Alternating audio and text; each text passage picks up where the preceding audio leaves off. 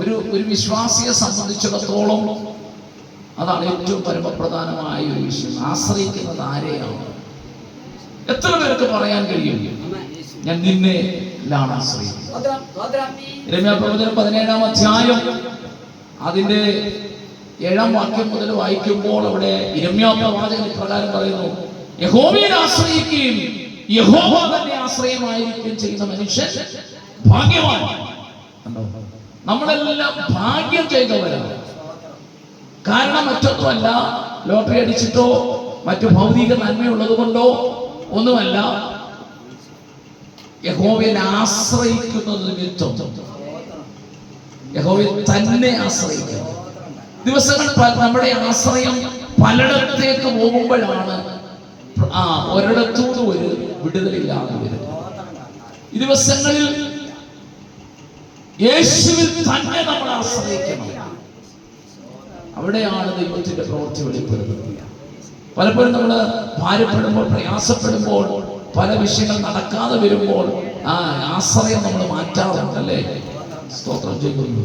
എന്നാൽ ഈ ദിവസങ്ങളിൽ യഹോവയെ തന്നെ ആശ്രയിക്കണം. ശദ്രക്ക് മേശക്ക് അബേദ്നെഗോ പറഞ്ഞതുപോലെ അല്ലേ, ഞങ്ങളുടെ ദൈവത്തിന് ഞങ്ങളെ വിടുവിക്കാൻ കഴിയും.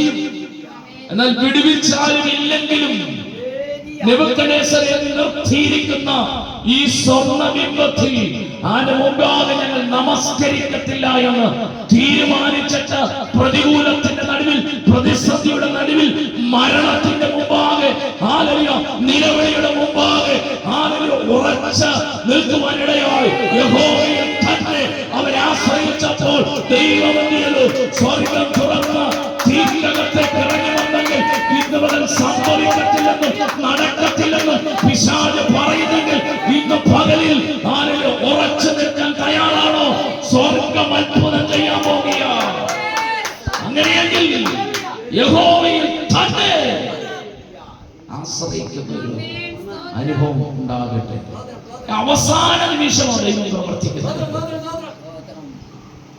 അവസാന നിമിഷമാണ് ദൈവം പ്രവർത്തിക്കുന്നത് അല്ലേ? ഈ ശദ്രക്ക് മേശക്ക് കെട്ടുമ്പോഴൊക്കെ കഥ കണ്ടോണ്ടിരിക്കുകയാണ്, അല്ലെങ്കിൽ തീരുമാനമെടുക്കുന്ന കണ്ടോണ്ടിരിക്കുക. തീയിട്ട് ഇടാൻ തുടങ്ങുമ്പോഴേ ചെന്ന് തടസ്സപ്പെടുത്തായിരുന്നല്ലേ? സ്തോത്രം ചെയ്യുന്നു. തീയിലിട്ടപ്പോൾ കണ്ടോ, ഈ നാലാമതായി ഒരുത്തൻ, അതായത് ദൈവപുത്രനെ, മനുഷ്യപുത്രനെ പോലെ ഒരുത്തൻ തീക്കകത്ത് വെളിപ്പെടുവാനിടയായി. രാജാവ് പറഞ്ഞത് എന്താ പറഞ്ഞത്? നമ്മൾ 3 പേരെ അറിയിച്ചത്, ഇതേക്കും വേറൊരാളുടെ നാലാമത് വേറൊരാൾ നിന്റെ തീരുമാനത്തിന്റെ പുറത്ത് നടക്കത്തില്ലെന്ന് പറഞ്ഞത്, സംഭവിക്കത്തില്ലെന്ന് പറഞ്ഞത് സംഭവിക്കാൻ പോകുക. ഇന്ന് മകൻ വിശ്വസിക്കുന്നവരുടെ വ്യാപരിക്കുന്ന ഒരളവറ്റ ശക്തി ഇന്ന് മകൻ വെളിപ്പെടട്ടെ. നടക്കത്തില്ലെന്ന് വെച്ചാൽ പറഞ്ഞിട്ടുണ്ടെങ്കിൽ അത് നടക്കാൻ പോകുക. തീരുമാനമുണ്ടോ? പ്രതികൂലത്തിൽ നിന്ന്, പ്രതിസന്ധിയുടെ നടുവിൽ തീരുമാനമുണ്ടോ? തീരുമാനത്തിന്റെ നടുവിൽ സ്വർഗം പ്രവർത്തിക്കാൻ പോകുക. തീരുമാനമുണ്ടോ? തീരുമാനത്തിന്റെ നടുവിൽ സ്വർഗം പ്രവർത്തിക്കാൻ പോകുക. എത്ര വിശ്വസിക്കുന്നുണ്ടോ? ഓരോ തീരുമാനത്തിന്റെ നടുവിൽ കർത്താവ് ഇറങ്ങി വരാൻ പോകുക.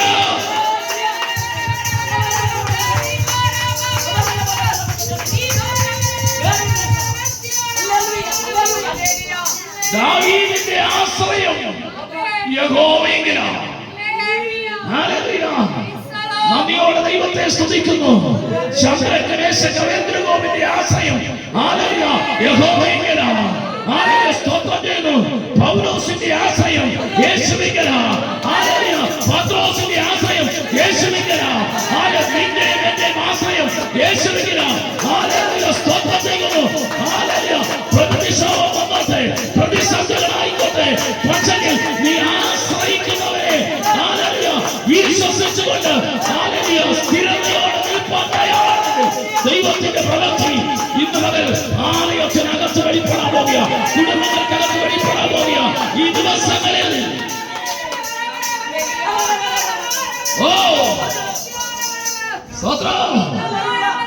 നദിയോട് ദൈവത്തെ സ്തുതിക്കുന്നു. യഹോവേ, ഞാൻ നിന്നിൽ ആശ്രയിക്കുന്നു. ഒരുവനിൽ ആശ്രയിക്കുന്നു. നമ്മൾ ഈ ദിവസങ്ങളിൽ ഒരുവനിൽ തന്നെ ആശ്രയിക്കും.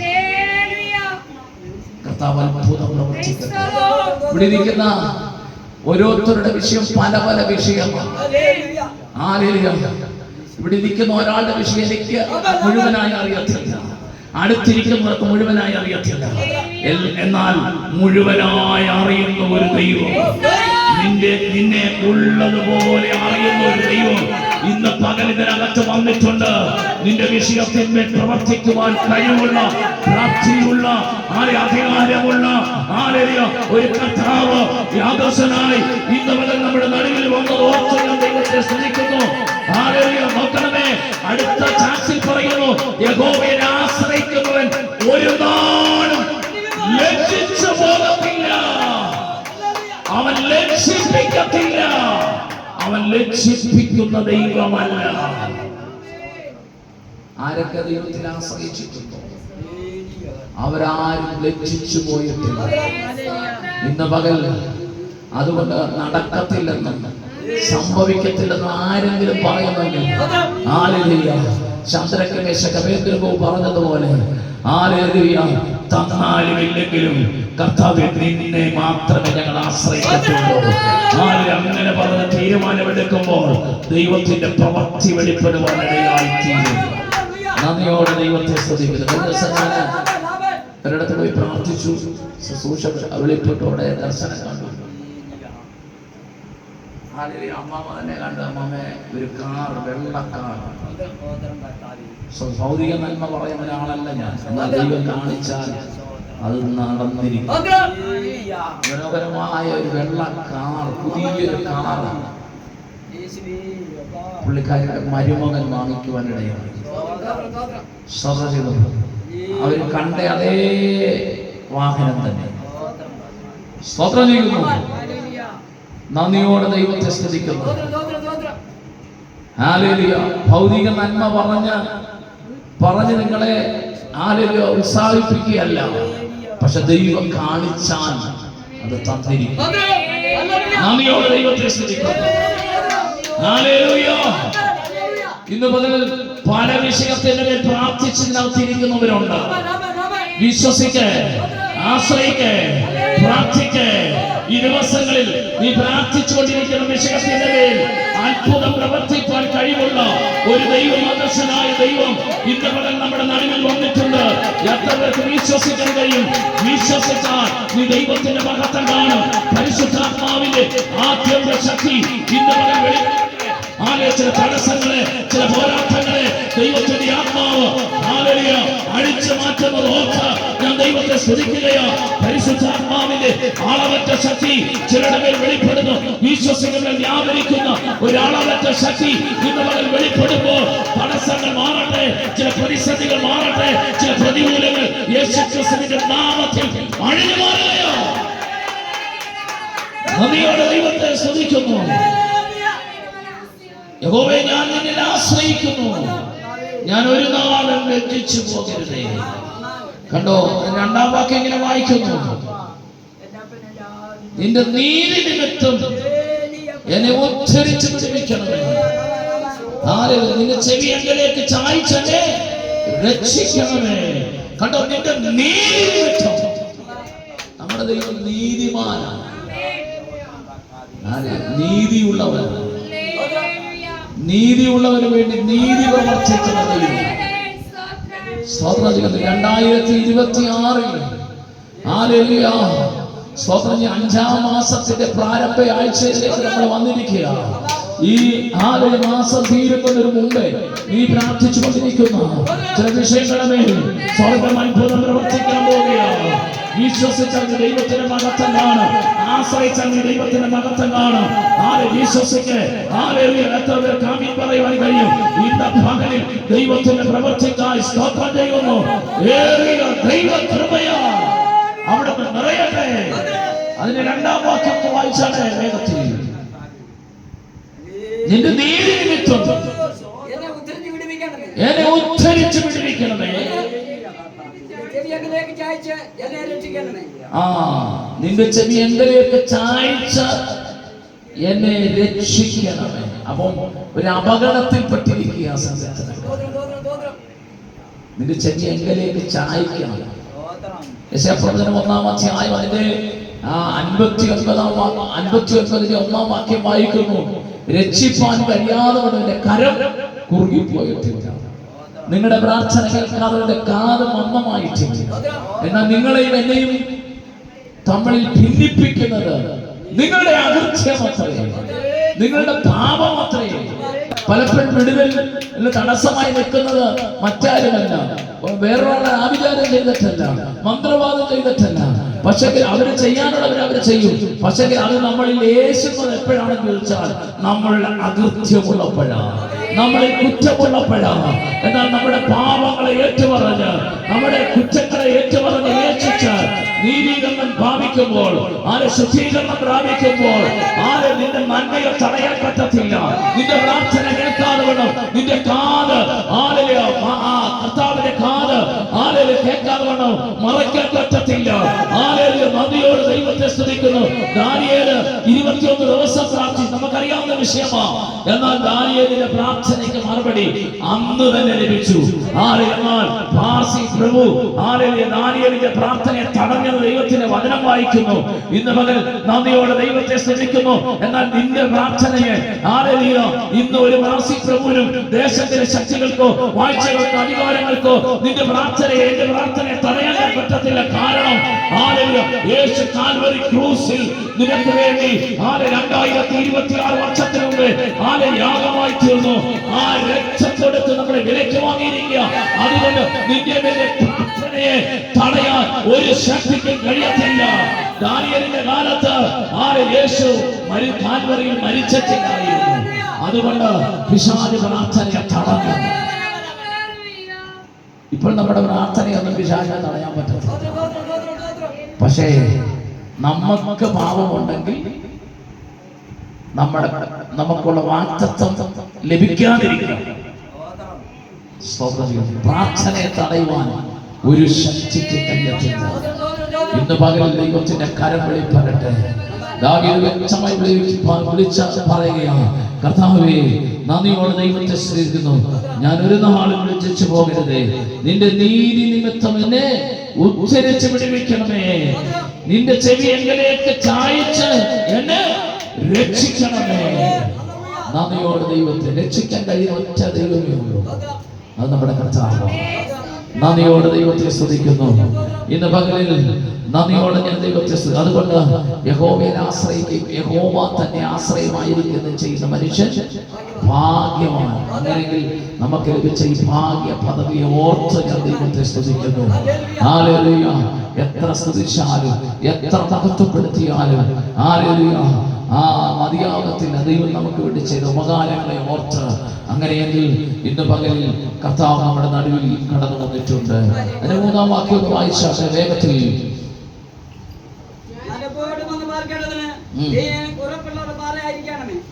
ഞാൻ എപ്പോഴും ഒന്ന് പാർക്കേണ്ടതിന് നീ ഉറപ്പുള്ള പാറയായിരിക്കണം. എന്റെ രക്ഷിപ്പാൻ നീ കൽപ്പിച്ചിരിക്കുന്നു. കാരണം എപ്പോഴും നമുക്ക് ദൈവസ്ഥയിൽ കടന്നില്ല അല്ലേ? സ്തോത്രം. ദാവീദ് രാവിലെ വൈകുന്നേരത്തെ ഉച്ചയ്ക്ക് സങ്കടം ബോധിപ്പിച്ച കാര്യങ്ങൾ 55-ാം സങ്കീർത്തനം അതിന്റെ 17-ാം വാക്യം. രാവിലെ ഉച്ചയ്ക്കും വൈകുന്നേരത്തും സങ്കടം ബോധിപ്പിച്ച കാര്യങ്ങൾ. ദിവസം നമ്മൾ സങ്കടം ബോധിപ്പിച്ച് കരയുന്നവരാണ്. സ്തോത്രം. നമ്മുടെ ഉള്ള കാര്യം നമ്മൾ ദൈവസ്ഥയിൽ സങ്കടം ബോധിപ്പിച്ച കരയാണ്. കണ്ണുനീര് മറികടക്കാത്ത ദൈവമാണ് നമ്മുടെ ദൈവം. ഹല്ലേലൂയ. അതാ സങ്കീർത്തനക്കാരൻ പറയുന്നത്. ഹല്ലേലൂയ. ഞാൻ എപ്പോഴും സ്വതന്ത്രം വന്ന് പാർക്കേണ്ടതിന് എനിക്ക് ഉറപ്പുള്ള പാറയായിരിക്കണമേ. കണ്ടോ, എപ്പോഴും ഏത് സമയത്തും ഈ ലോകത്തിലുള്ള മനുഷ്യരെ മൊത്തം അവരുടെ സങ്കടം വഹിക്കാൻ കഴിയുന്ന ഒരു ദൈവത്തെ നമ്മൾ ആരാധിക്കുന്നത്. സ്തോത്രം ചെയ്യുന്നു. ഈ ലോകത്തിലെ സകല മനുഷ്യരും യേശുവിന്റെ അടുത്തേക്ക് വന്നാലും അവരെ ഉൾക്കൊള്ളുവാനൊരു എന്താ പറയുന്നത് സ്തോത്രം ഒരു കഴിവ് അല്ലെങ്കിൽ ശക്തി നമ്മുടെ കർത്താവിനുണ്ട്. നന്ദിയോടെ ദൈവത്തെ സ്തുതിക്കുന്നു. ഏത് സമയത്തും ആളിന് അവന്റെ അടുത്ത് വന്ന് പാർക്കേണ്ടതിന് സ്തോത്രം ചെയ്യുന്നു. നീ ഉറപ്പുള്ള പാറയായിരിക്കണം. യോഹന്നാന്റെ സുവിശേഷം 14-ാം അധ്യായത്തിൽ പറഞ്ഞവരുടെ ഹൃദയം കലങ്ങി പോകരുത്. എന്റെ പിതാവിന്റെ ഭവനത്തിൽ അനേക വാസസ്ഥലങ്ങളുണ്ട്, ഇല്ലെങ്കിൽ ഞാൻ നിങ്ങളോട് പറയുമായിരുന്നു എന്നാ പറഞ്ഞു. നിങ്ങളുടെ ഹൃദയം കലങ്ങി പോകരുത്. അതുകൊണ്ട് ആരെങ്കിലും ഒരു വിഷയം നടന്നില്ലെങ്കിലും നിങ്ങൾ ഭാരപ്പെടേണ്ട കാര്യമില്ല. അവന്റെ ഭവനത്തിൽ അനേക വാസസ്ഥലങ്ങളുണ്ട്, ഇല്ലെങ്കിൽ ഞാൻ പറയുമായിരുന്നു. 18-ാം സങ്കീർത്തനത്തിലേക്ക് വരുമ്പോൾ അവിടെ ഏതൊക്കെ നിലകളിലാണ് ദൈവം നമ്മളെ സംരക്ഷിക്കുന്നത് ദൈവത്തിന്റെ വചനം പറയുന്നുണ്ട്. നന്ദിയോടെ ദൈവത്തെ സ്തുതിക്കും. 18-ാം സങ്കീർത്തനം അതിന്റെ 1-ാം വാക്യത്തിലേക്ക് വരുമ്പോൾ അവിടെ കാണുന്നുണ്ട്. സ്തോത്രം ചെയ്യുന്നു. എന്റെ ബലമായ യഹോവേ, ഞാൻ നിന്നെ സ്നേഹിക്കുന്നു. യഹോവ എന്റെ ശൈലവും എന്റെ കോട്ടയും എന്റെ രക്ഷകനും എന്റെ ഗോപുരവും എന്റെ ദൈവവും ഞാൻ ശരണമാക്കുന്ന എന്റെ പാറയും എന്റെ പരിചയും എന്റെ രക്ഷയായ കൊമ്പും എന്റെ ഗോപുരവുമാകും. പഴയ നിയമത്തിലൊക്കെ ഒരു മനുഷ്യൻ പാപം ചെയ്താൽ, അല്ലെ ഒരു കൊലപാതകം ചെയ്താൽ ഓടി രക്ഷപ്പെടുവാൻ സങ്കേത നഗരങ്ങളുണ്ട്. അവിടെ കയറി ചെന്ന് കഴിഞ്ഞാൽ പിന്നെ ആർക്കും ആ വ്യക്തിയെ പിടിക്കാൻ പറ്റത്തില്ല, ശിക്ഷിക്കാൻ പറ്റത്തില്ല. ഓടിച്ചെന്നതിനകത്ത് കയറണം എന്ന് പറയുന്ന പോലെ എത്ര പാപം ചെയ്ത വ്യക്തിയാണെങ്കിലും യേശു എന്ന സങ്കേത നഗരത്തിൽ ചെന്ന് കയറിയാൽ ആർക്കും അവനെ തൊടാൻ പറ്റത്തില്ല. അവന്റെ പാപത്തെ മുഴുവനും കഴുകിക്കളഞ്ഞ് അവനെ ശുദ്ധിയുള്ളവനാക്കി തീർക്കും. നന്ദിയോടെ ദൈവത്തെ. അതാണ് യേശുവിന്റെ രക്തത്തിന്റെ ശക്തിയുടെ ബലമതാണ്. സ്തോത്രം ചെയ്യുന്നു. യേശുവിന്റെ രക്തം സകല പാപത്തെ പോലും ശുദ്ധീകരിക്കുന്ന രക്തം. നിന്റെ പാപം അത്ര കഠിനമായാലും അതിനെ ഹിമം പോലെ വെളുപ്പിക്കുന്ന ആ രക്തത്തിന്റെ ശക്തി. അങ്ങനെയെങ്കിൽ ആ യേശുവിന്റെ യേശുവാകുന്ന സങ്കേത നഗരത്തിൽ നമ്മൾ വന്നുപെട്ടിരിക്കുന്നത്. അതുകൊണ്ട് ഒരു വാഴ്ചകൾക്കോ അധികാരങ്ങൾക്കോ മാനുഷിക പദ്ധതികൾക്കോ നിന്നെ തകർക്കാൻ പറ്റത്തില്ല. നീ ഞാനും ഭാഗ്യ പദവിയുള്ളവരായി തീർന്നിരിക്കുകയോ. അതുകൊണ്ട് കർത്താവിനെ മഹത്വം കൊടുത്താണ് ഇന്ന് പകലിൽ ദൈവത്തിന്റെ പ്രവർത്തിക്കാൻ ഞാൻ ദൈവത്തെ സ്തുതിക്കുകയോ. പരിശുദ്ധാത്മാവിന്റെ അളവന്റെ ശക്തി ഇന്ന് പകൽ വെളിപ്പെടട്ടെ. പോരാടുന്ന പോരാട്ടങ്ങൾ യേശുവിന്റെ നാമത്തിൽ അഴിഞ്ഞു മാറട്ടെ.